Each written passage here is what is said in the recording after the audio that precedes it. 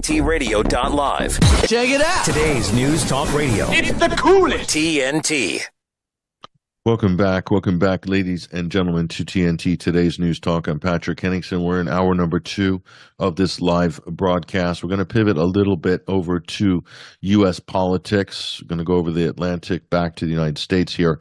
And I want to welcome onto the program amazing guest, someone who we haven't spoke to, I don't think, on this program, but I've spoke to on other programs. Mark Crispin Miller is joining us right now on the live broadcast. Thank you for joining us, Mark, and we'll talk about your work as well, but really appreciate you joining us on TNT today.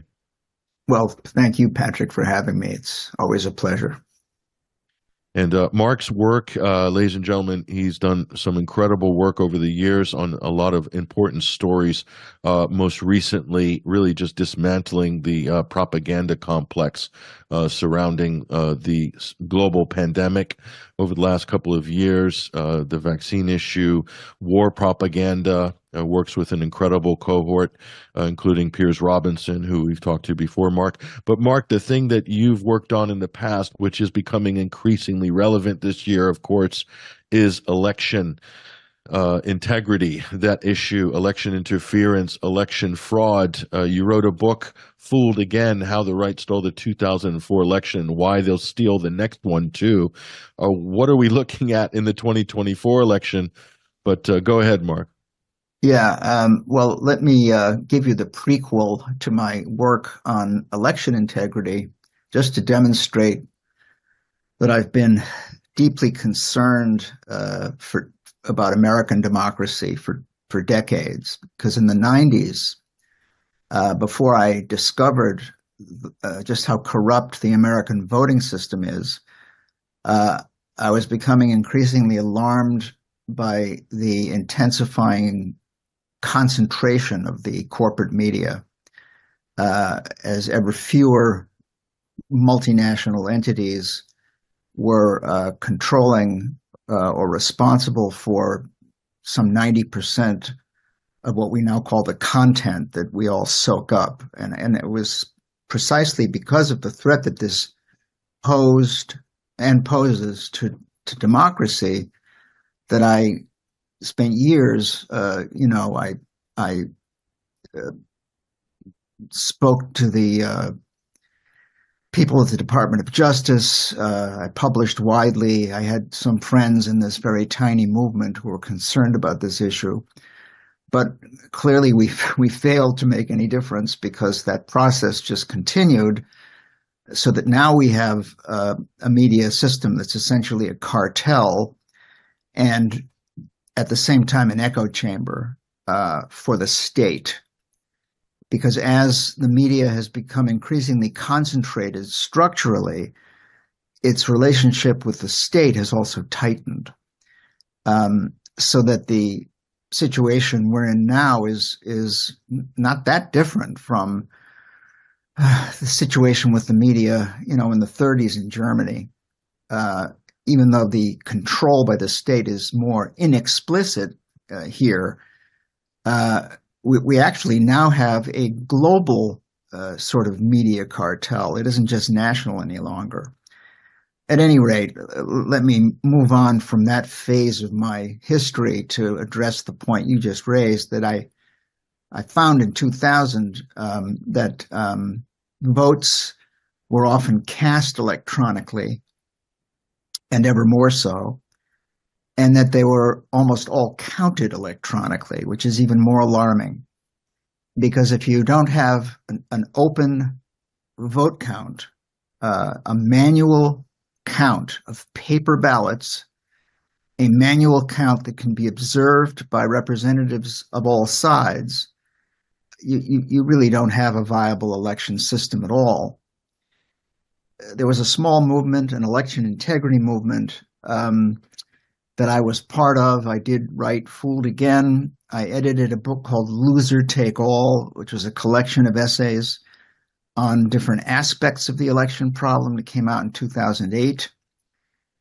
And let's just jump ahead to 2020, because I think this will address your question and enable me to, articulate my deep concerns. It seems to me, as someone who has studied previous elections, that the evidence of theft, of fraud in 2020 is overwhelming and precise. And I stress this because, as you know, one very sturdy propaganda meme that's always floating around is that there is no evidence of election theft in 2020, and that the people claiming that it was stolen are delusional, demagogic, etc. Well, that's simply false. Now, the elections that I wrote about a few decades ago were won by Republicans. The 2020 election was won by the Democrats. It took me a while to figure out, and this is an important point, that it really is not the parties that call the shots.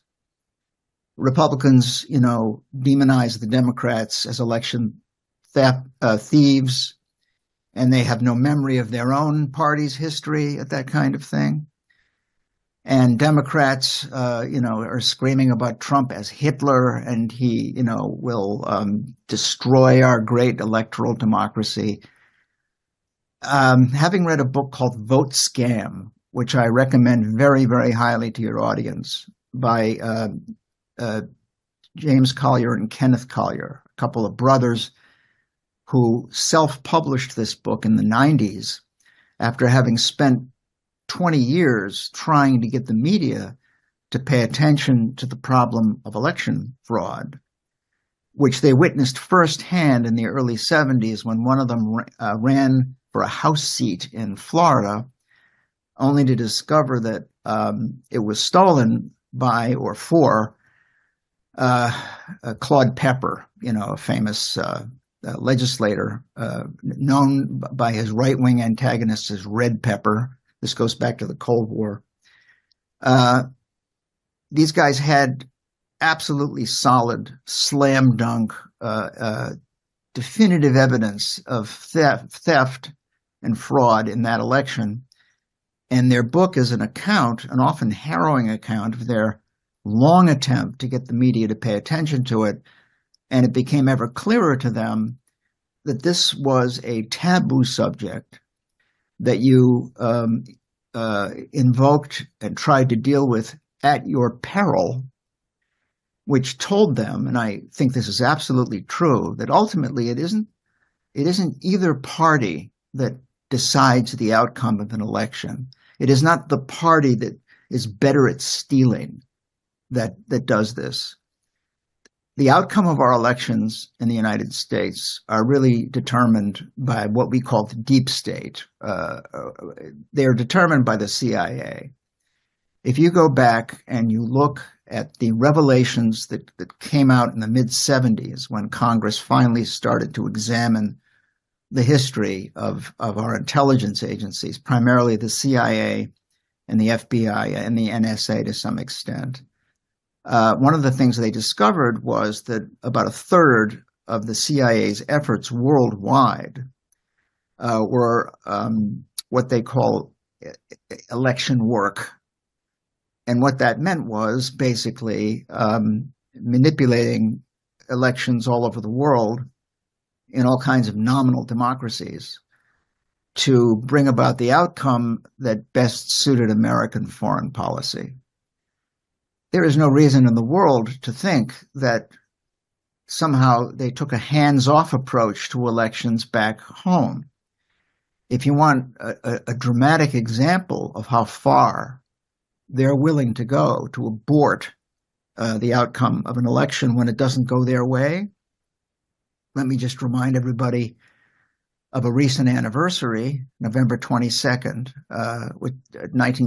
2023 is the 60th anniversary of a most dramatic reversal of or frustration of the will of the electorate.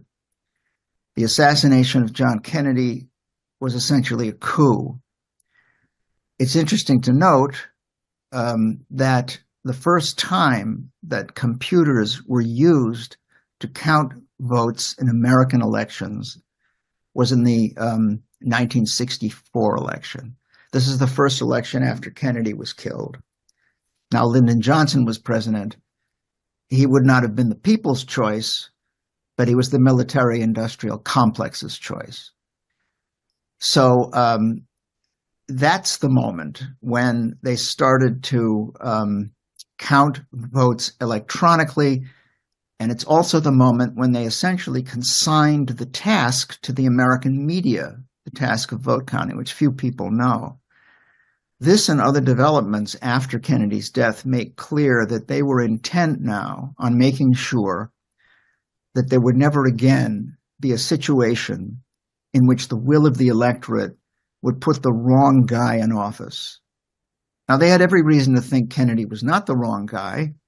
He was a staunch Cold Warrior when he ran for president, although he had some notions that were a little concerning to them. I mean, he was a really dedicated defender of national independence movements in Africa, for example. Nevertheless, he squeaked by. There is an urban legend that it was stolen for him, and that's actually not true. We can get into that if you're interested. But the essential point I'm making, and this is really, I can't stress this strongly enough. As long as we continue to approach our politics in a tribal spirit, as long as we identify as members of a particular party first and American citizens second, we're never going to have a righteous election in this country again. We haven't really had a president since Kennedy. That is someone who had the gall to approach his job as if he really were, elected president of all the people, right? That was the last time that happened. And, as I say, various steps were taken, including an alteration in the voting system, to make sure that this would never happen again. Now, I mentioned to you before that there was an election integrity movement in the early part of the century. We were very, very active for some 8 or 10 years. Every 2 years, we carefully tracked what was happening in polling places nationwide. I think it was a pretty effective, well, I won't say effective, but it was a dedicated and efficient movement. And we all had the same surreal experience every 2 years. It's an experience that probably more people than ever are now having on a daily basis, which is to know one thing from the evidence of your own senses and to have the entire media say the opposite. So every election night, we would tune in with all kinds of data about what a disaster that day had been in civic terms. Long lines, machines not working, machines yielding, the name of a different candidate than the one you voted for. I mean, there's all kinds of stuff that went on. And then we'd watch the news only to be told, as in Orwell's 1984, that there were no problems reported that day. But there were lots of problems reported that day. Now, Democrats were, for quite a while, the primary, let's say, victims, or I should say those voting for the Democratic Party were the primary victims of the scam. But this changed in 2020 for complicated reasons, which we can get into. It had everything to do with COVID, it seems to me. And now it was the Democrats who were elected irrespective of the will of the electorate. This was a golden opportunity to grow the election integrity movement beyond its, previous status as a seemingly Democrat-connected movement. Now, I was not a Democrat. I hadn't voted Democratic since the early 90s. I was concerned about the outcome of the 2004 election because I believe in American democracy. I voted for Ralph Nader. But, the tragedy we're facing now is that the election integrity movement that I was part of, and in which I had many friends, and which I thought shared my devotion to American democracy, has turned out to be essentially a kind of shill for the Democratic Party or the Democratic National Committee. Now they see their obligation as being not to, duly examine all evidence of theft. They don't see that as their job. They see it as their job to dismiss the claim that there is any evidence, so that the election integrity movement is in partnership with the corporate media, and often the left media, which has been little better than the corporate press on this issue, in denying the overwhelming evidence that Biden-Harris weren't actually elected. Now, since COVID, the situation has gotten even worse because of this promiscuous use of mail-in ballots, which worked successfully in Oregon. They had a very solid system there with a lot of safeguards, but as a national practice, and a very sloppy practice, it's virtually impossible to be confident that the outcome of the election was legitimate, and virtually impossible to do a kind of proper forensic examination. You can't do exit polling when people are mailing in their ballots. So, under the pretext of keeping us safe from the virus, they managed to make the electoral system in this country even worse. I want to add, and then I'll pause, that in 2004 and thereafter, America's voting system was deemed the worst in the developed world. There was and I think there still is, a biannual assessment of voting systems worldwide carried out by researchers at Harvard and the University of Sydney. And they placed American elections last, 26th out of 26, among those whose results were trustworthy. And in 2006, I believe it was, Jimmy Carter, who had his Carter Center, which was all about monitoring election results and election procedures, said on National Public Radio that the Carter Center would never bother to assess an American election because the American voting system, he said, was so corrupt that it didn't even rise to the minimal level where the Carter Center would bother tracking it. That's pretty dramatic evidence right there that what I'm saying is basically true. And there are many, many other signs that democracy is in big trouble in this country and worldwide, particularly under the shadow of a kind of global governance, with which we're always being threatened. Free speech is a dead letter, etc. Freedom of assembly is a dead letter, and so on. We could go on in this vein.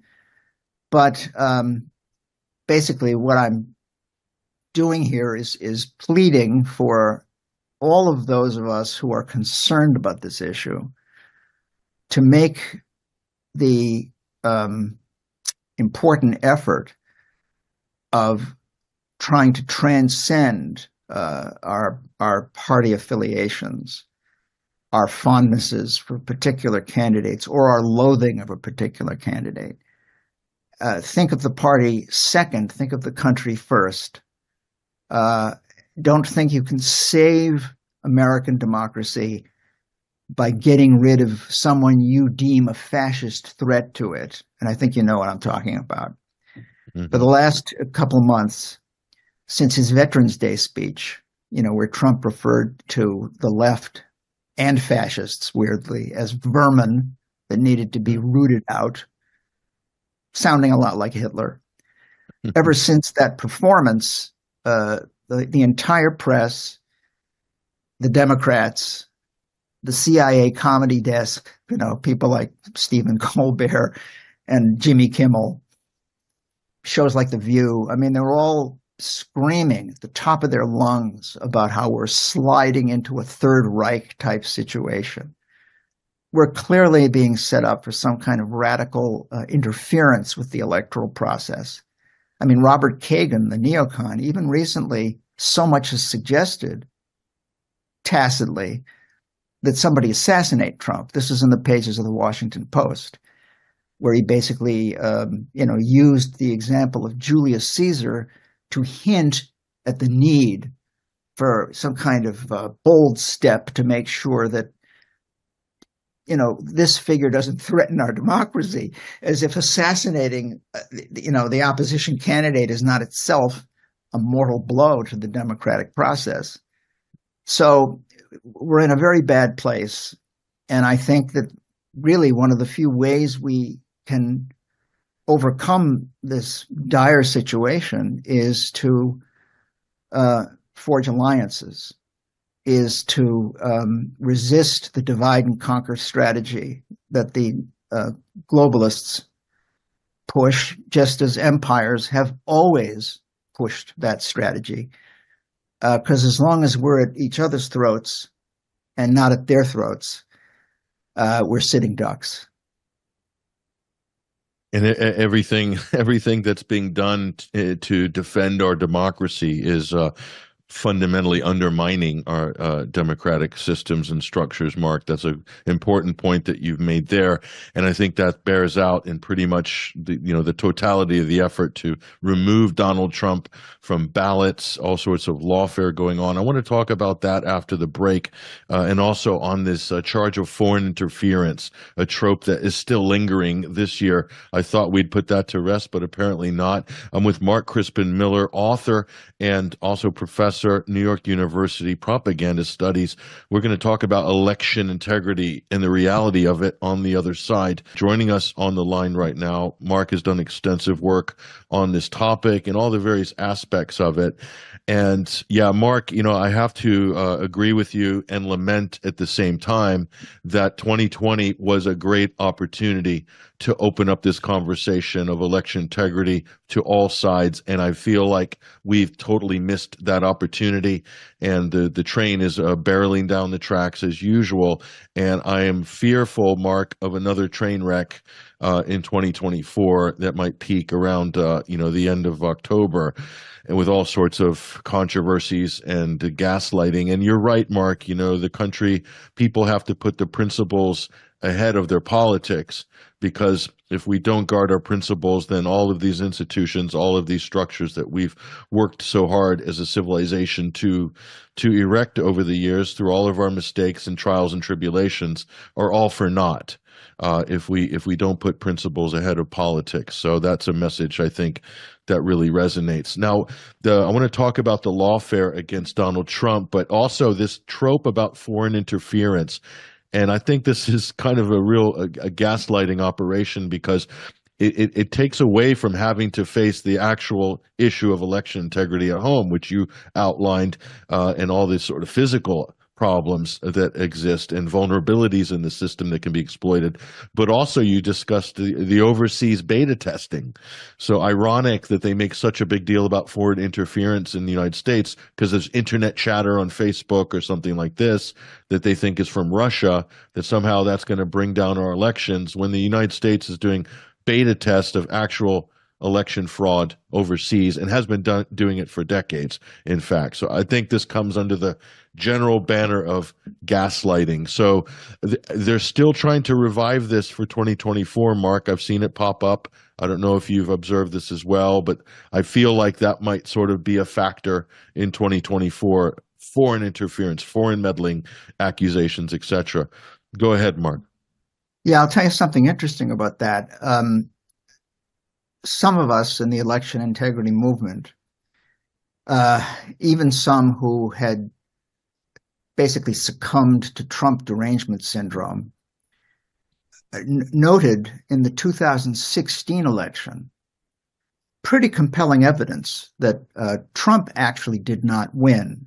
And this is the kind of thing you say it, and a significant portion of your audience, their heads explode, because the myth that they cherish is this notion that somehow this bold man of the people managed to get himself elected despite every effort by the deep state to prevent it. Well, I'm here to assure anyone listening that we're well past the point where it's possible to do that. The system is so thoroughly gamed that you cannot win despite what the deep state does to stop you. If they want to stop you, they'll stop you.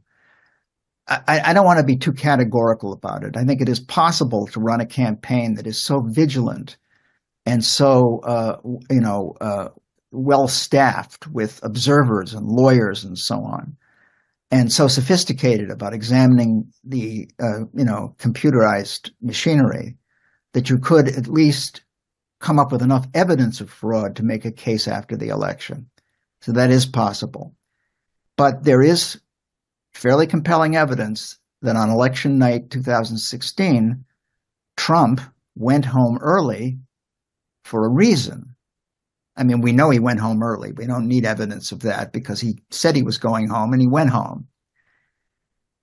The evidence we have suggests that he went home early because he knew from the campaign's own polling that he did not win.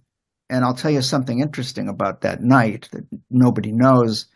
This comes from Anthony Scaramucci, who was for about 10 minutes Bush's press spokesman at the beginning. He said that the Trump campaign didn't even have an acceptance speech written. Okay.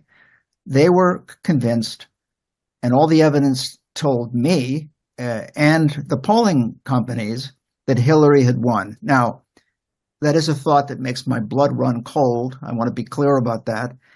I wouldn't want to see her as president of the United States, but the fact is, there is reason to believe that Trump was selected as, say, Bush Cheney were selected, and as Biden was selected. I don't think COVID could have worked as it was intended to work if there were a Democrat in the White House. Since one major purpose of that whole catastrophe was to divide the country down the middle and create, fertile ground for an eventual civil war, you had to have somebody like Trump standing at the podium playing Punch and Judy with Dr. Fauci. You couldn't have a president standing next to Dr. Fauci who would just nod along with him. See?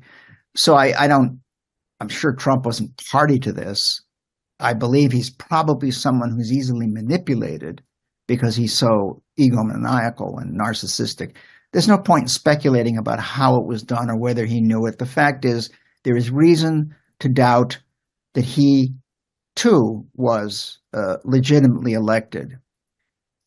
Interestingly, and here I'm addressing your question, the Democrats wouldn't go near that. They never have gone near that. When we were, working in the early part of the century, try to get the press to focus on the theft of the 2004 election, the Democrats were pointedly uninterested and even hostile to what we were doing, which is very striking.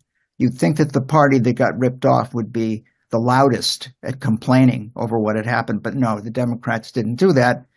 Because, as I say, I think that decision comes down from a higher place, right? So it was necessary to. I've lost the thread of what I was saying. Can you remind me of what it was? I think we're heading towards foreign interference. I think. Exactly. Thank you. Yeah. Yes.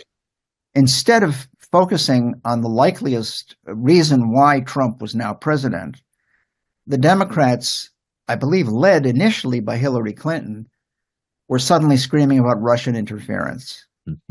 Suddenly Russiagate was a thing. There wasn't a shred of evidence that Russia was involved in our election. There wasn't a shred of evidence that China was involved in the theft of 2020. There's no need for that because our own intelligence agencies take care of that. They know how to do that, and they would be struck if some foreign players jumped in and tried to wrest control of that machinery away from them. That's where the Russiagate thing came from.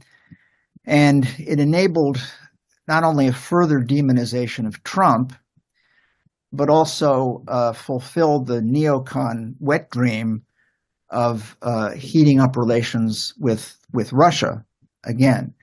So that, these electoral politics always play into the foreign policy agenda of the country, right?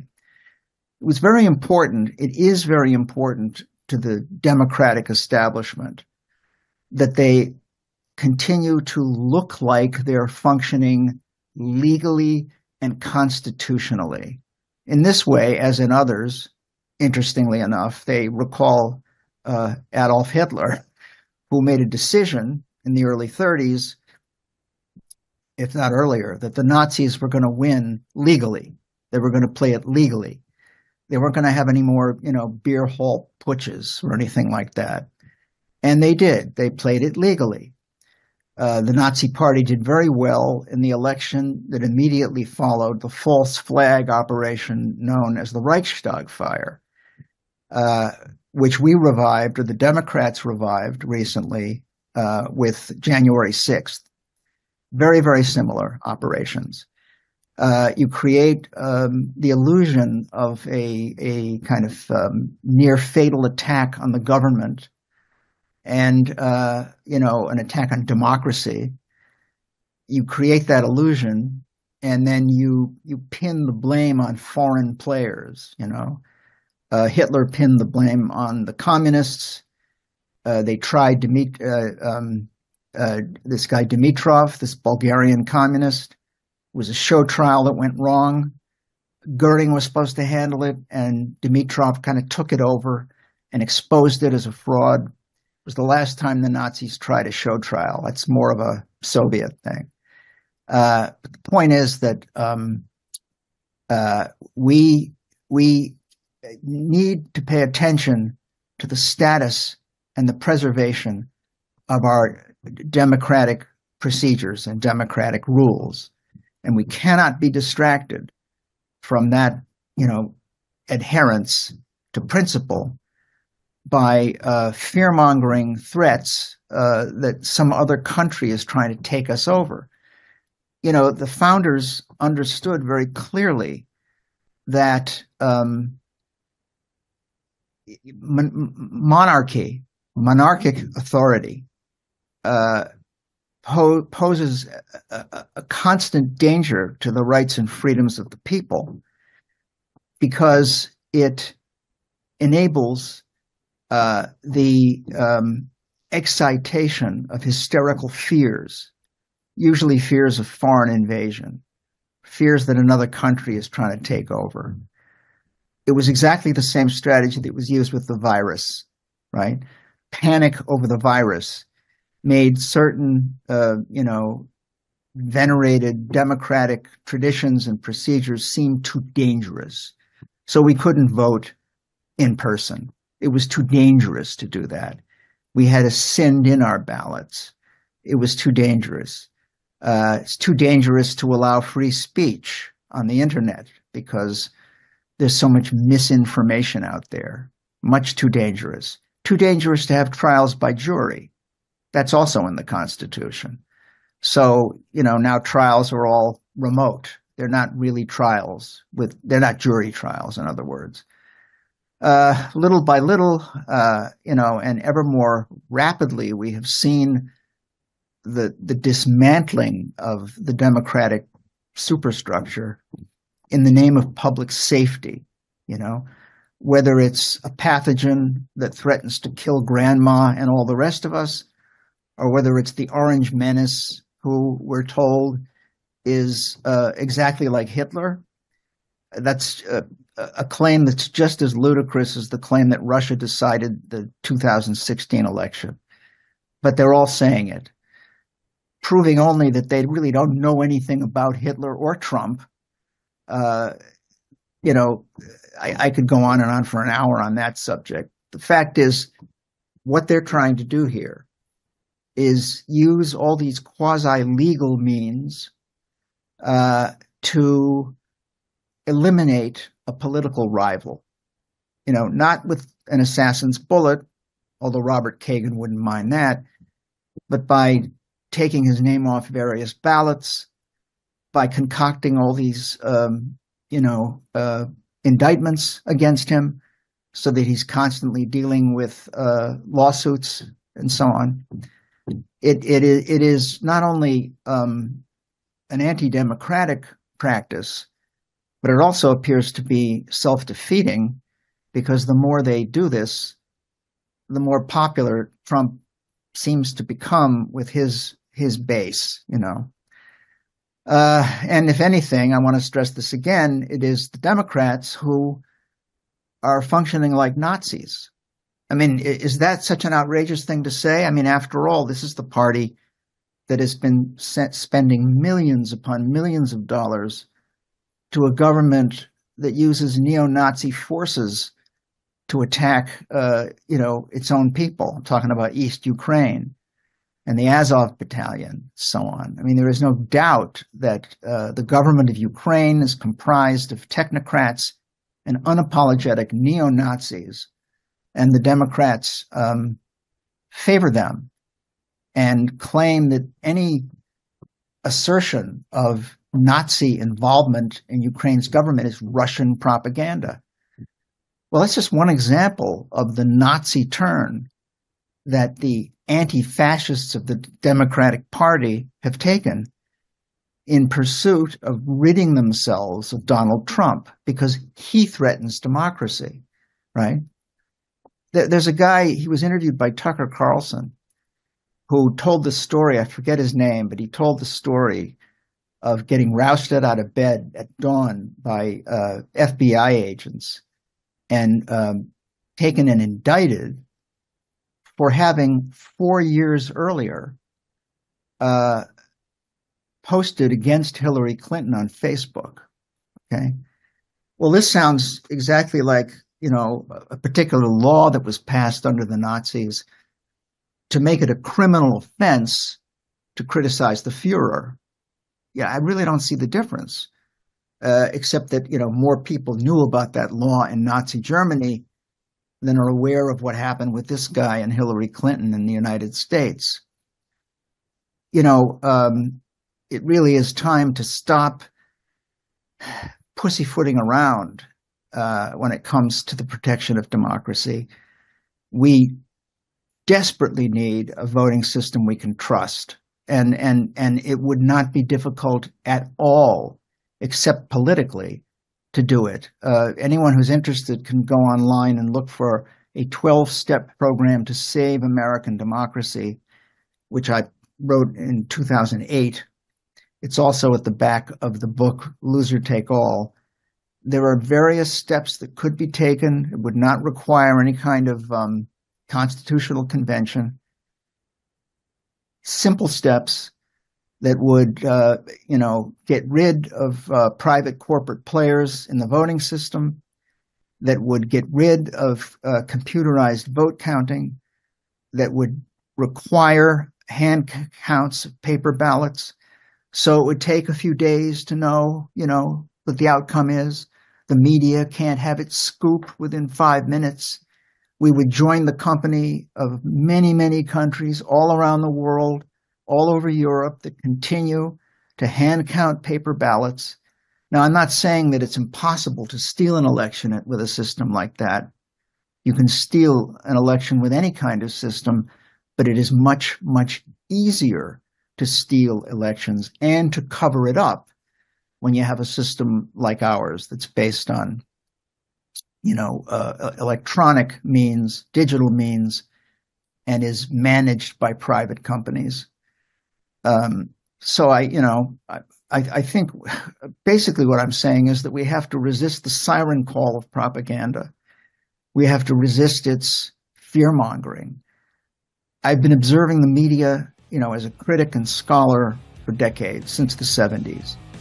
And I can safely say I have never seen a moment where the entire free press is as mendacious and brazen as we're seeing now. You cannot believe a single word any of them say, and that includes most of the so-called left press too. And this is a global problem. Mark Crispin Miller, I couldn't agree with you more, and that is not hyperbolic at all. In fact, you might even be treating it lightly, the size of this problem. But thank you very much for joining us on TNT this week. Mark Crispin Miller, author, researcher, professor at New York University. Thank you so much for joining us. Thank you. Important conversation about election integrity, about saving our democracy, but in the real sense, folks.